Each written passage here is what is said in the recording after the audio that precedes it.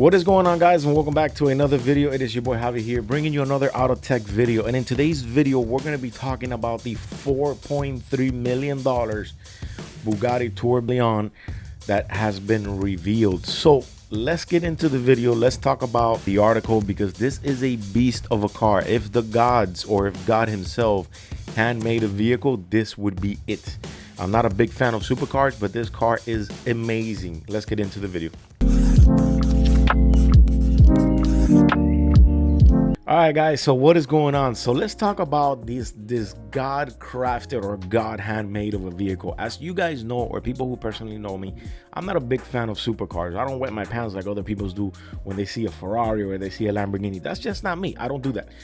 But after I saw this vehicle, after I see what Bugatti has done with this vehicle, I am in love with this vehicle. Obviously, who's not in love with a $4.3 million vehicle? This is the 2027 Tourbillon.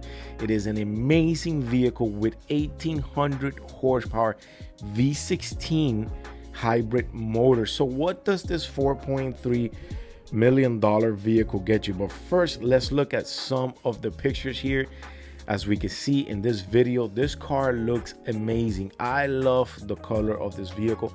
I love the interior. I love how the cluster is like a watch. This is a Swiss watch collab that Bugatti did that looks amazing. Your cluster is like if you're looking at a watch. Now, I want you to look at this video and you're gonna see that this steering wheel is turning behind the cluster. I have never seen that. I mean, I probably have, but regularly you don't really see this, where the steering wheel is turning behind the cluster.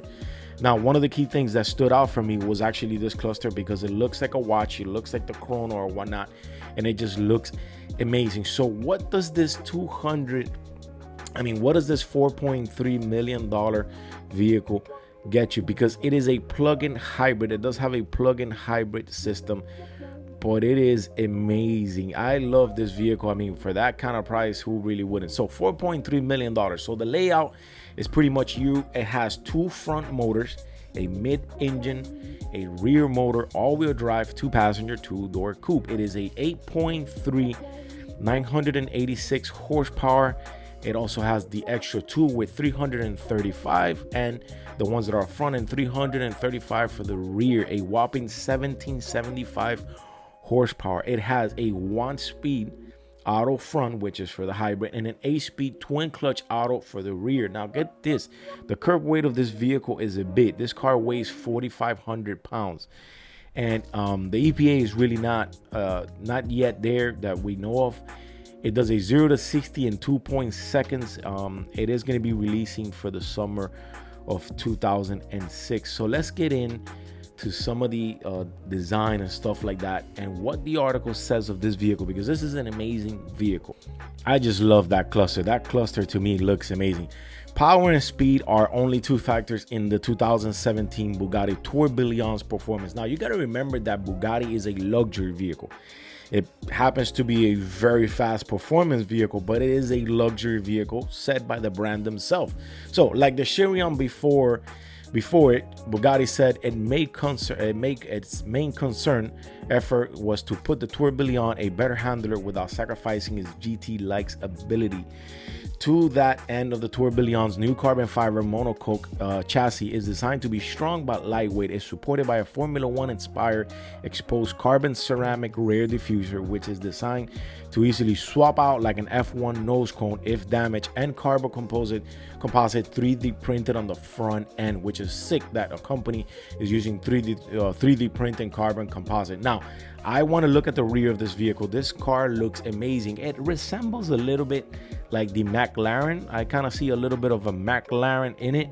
It looks amazing. I love the color anyways. But let's continue with the article and let's hear some of the good stuff and the goodies that this car has. So while compact, the 8.0 liter quad turbo W16s, the power divider on the Chiron was judged to be too heavy, complicated, and slow revving for the use in the Tourbillon, because Bugatti's Rimac intended to develop a new engine anyways. It chose the V16 with development partners of Cosworth. So Cosworth got in it with Bugatti to bring you this amazing vehicle. If you guys don't know what Cosworth is, you guys can Google it. They have been involved in vehicle, and the Ford Cosworth is an amazing vehicle. This is a surprise that Cosworth is actually partnering with this, because that's actually really good news.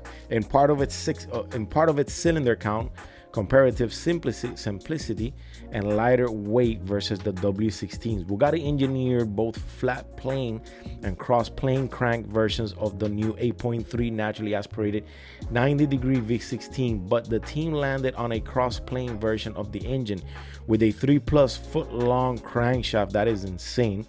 It was as it was judged to not just perform better but also sound better as it raced to 9,000 RPMs. Rounding up the package is a new 8-speed dual clutch automatic, sans reverse gear. The rear motor covers that wedge sandwich style between the V16 and the rear motor. So you do have two transmissions on this vehicle, and that is pretty insane. Now, when I tell you Bugatti does it over the top, they do it over the top. The 2027 Bugatti Tourbillon 3 motors combined 789 horsepower, while the engines accounts for another 986 ponies and 660 foot-pounds of torque, a total combined output of 1775. Bugatti hasn't confirmed the total system torque output as of the press time. So Bugatti does say it expected that the Tourbillon to accelerate 0 to 60 in less than 2.0 seconds, to 100 miles in less than 5 seconds, to 185 in less than 10 seconds, and to 250 miles per hour. And this is where they take the cake, in about 25 seconds. Is it the top speed? Absolutely not. When you insert the speed key, it goes all the way up to 277 miles per hour. I love this vehicle. The interior, if we're going to look at some of the pictures of the interior here, I love everything about the interior. But when you look at this picture from the interior and you say, well, wait a minute, it's just buttons, I don't see like a radio or some sort of in-dash or whatnot. No, it does have it. If we look at this picture, you see that it has an in-dash there. And that's actually pretty cool. I want to point something out to you guys. If we look at the front end of this vehicle, we look at the both headlights in the front, you see that it has a gap on the side of the hood. Well, those gaps were intentionally made for air to flow through there to go all the way to the back of the engine. Everything there is designed for a purpose, and everything has a purpose. I love the front end of this vehicle. I love that open mouth, kind of like that shark open mouth with the red Bugatti contrast badge there. I love it. Now, as for the engine in the back is very exposed. We can see here in this video, it is super exposed. I love that you can see this engine, and I love how it has a ton of carbon fiber. This car has tons of carbon fiber. So yeah, having that exposed engine and not hidden is a key feature, at least for me, that I like about this vehicle. Now, let's look at the back of the vehicle. Look at this diffuser. This diffuser is exchangeable, as I said on an F1, very quick, and it is carbon fiber, and it just looks amazing. Now, hear me out for a second. Doesn't this back end of the Bugatti look like a McLaren? Because I think, to me, it definitely does. Anyways, I think the car looks super nice. I think they killed it with this vehicle. 8.3 V16. Oh my god, it is an insane of a vehicle. I want you guys to leave me in the comment and let me know what you guys think of this supercar, of this luxury supercar, because Bugatti says it themselves, we built luxury car, just so happen to be super powerful. Anyways, if you guys are enjoying the content and you guys are liking what I do, remember to subscribe, to hit the thumbs up, and I'll see you guys on the next one.